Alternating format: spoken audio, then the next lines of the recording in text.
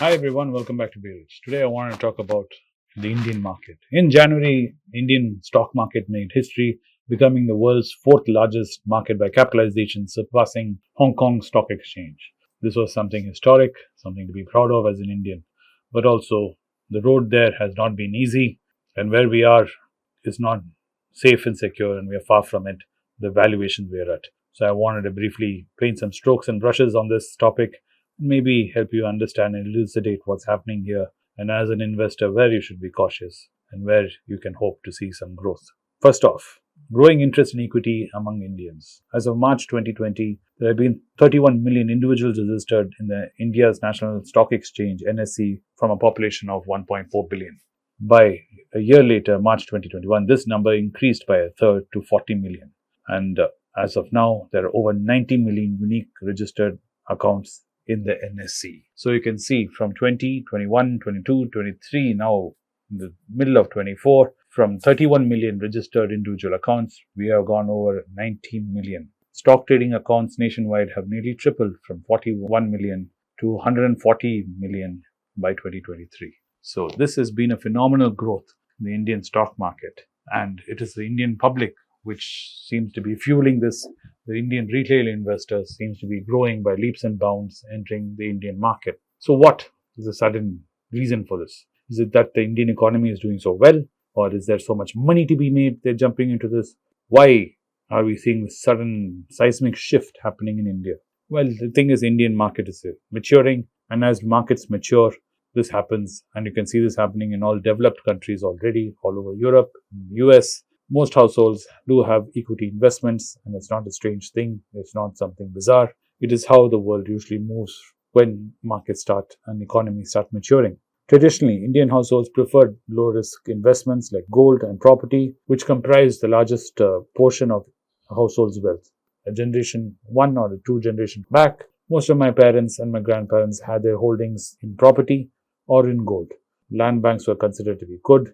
Gold was considered to be great. Now that has been slowly taken apart and is being replaced. In 2023, gold accounts nearly for 16% of household assets, property 51%, bank deposits and insurance funds about 20%. Equity investments, though still a smaller fraction, increased from around 2.2% in 2013 to 4.7% in 2023. Compared to America, which hold about 40% of their assets in equity. So this is what I meant. As the country matures, as the economy matures, this shift happens, and India is currently going through this shift, where more and more households seem to be moving towards equity investment and investing in the stock market, and this is a normal course of action. And what is fueling this, in India especially, is because of the poor returns in real estate and in property, because of the lack of clarity and transparency in the property pricing, and also, of course, gold becoming more and more pricey. It's very hard for young upcoming people who are entering the market to start investing in gold, because gold prices are at record highs and it seems out of reach.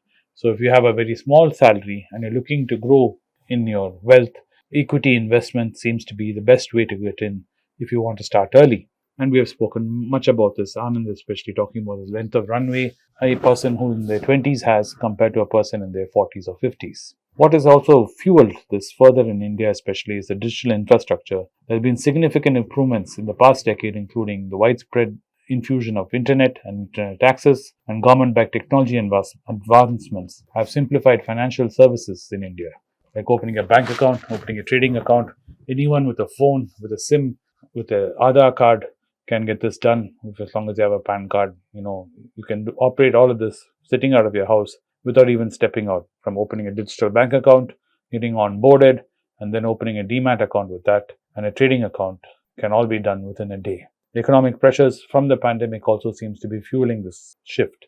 This lack of substantial government financial support during the pandemic forced many to reevaluate their financial strategies, including equity as a solution. At the time of the pandemic, when we saw the world coming to a standstill during lockdowns, unfortunately, our situation in India was such that our government was unable to support and extend financial assistance to the magnitude we citizens required.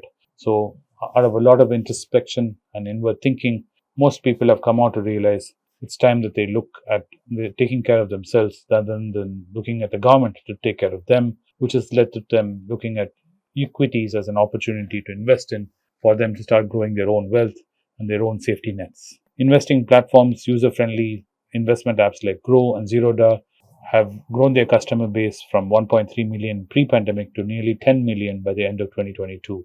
This is mainly done because entering the equity market and investing in the equity market has been made easier and easier. So, what has this happened? This has led to the promotion by mutual funds. The persistent advertising over the years has grained in the perception that equities are reliable wealth building tools in India, with mutual fund investment growing significantly between 2009 to 2023. Ads which have always seen mutual funds Sahi Hai and is being brand ambassador by people like Sachin Tendulkar and other famous people has pushed the notion that yes, equities are safe, mutual funds are safe, and markets are safe. But we as investors have to realize there's risk in every single thing, and this is where my biggest fear is. Most Indians have not experienced a volatile market. They have not experienced the markets turning sour, and it can turn sour and be sour for a very long time. Like how a bull run lasts for a long time, a bear market can also last for a long time. God forbid if we enter such a market and such young investors, they may be shocked and awed to the point they may never return to the market, like what we saw happen in Japan in the 1990s. I hope this doesn't happen. Market opportunities. The rapid recovery of the pandemic has also shown people that market downturn can turn fast and can turn into wealth generation points. People who entered the market right at its lowest points during the pandemic would have seen tremendous returns in their investments. A strong GDP growth and the prevailing sense that India is rising and the economy of India is rising has fueled even more speculation and growth in the Indian market. Even Warren Buffett has been quoted of saying India is something he wants to look at or is interested in. Of course, I've not read his exact quote, so it's being played up in the media. I'll have to really get back to you on that one exactly and what he said. But like I said, there are market concerns, and the people who are raising these concerns the most is the Securities Exchange Board of India, SEBI, has expressed concern about the risks investing in small, less liquid small caps firms and giving overall valuation fears. When something is less liquid, in what it means is selling and buying that asset can be hard. It might be easy to buy it, especially if it's being forced. I mean, the price is being forced or being pumped up. There will be find enough people to buy it. But suddenly when the market turns sour or starts seizing, selling these small caps would become very difficult because there are not enough buyers for these things. That's why they're called a small cap.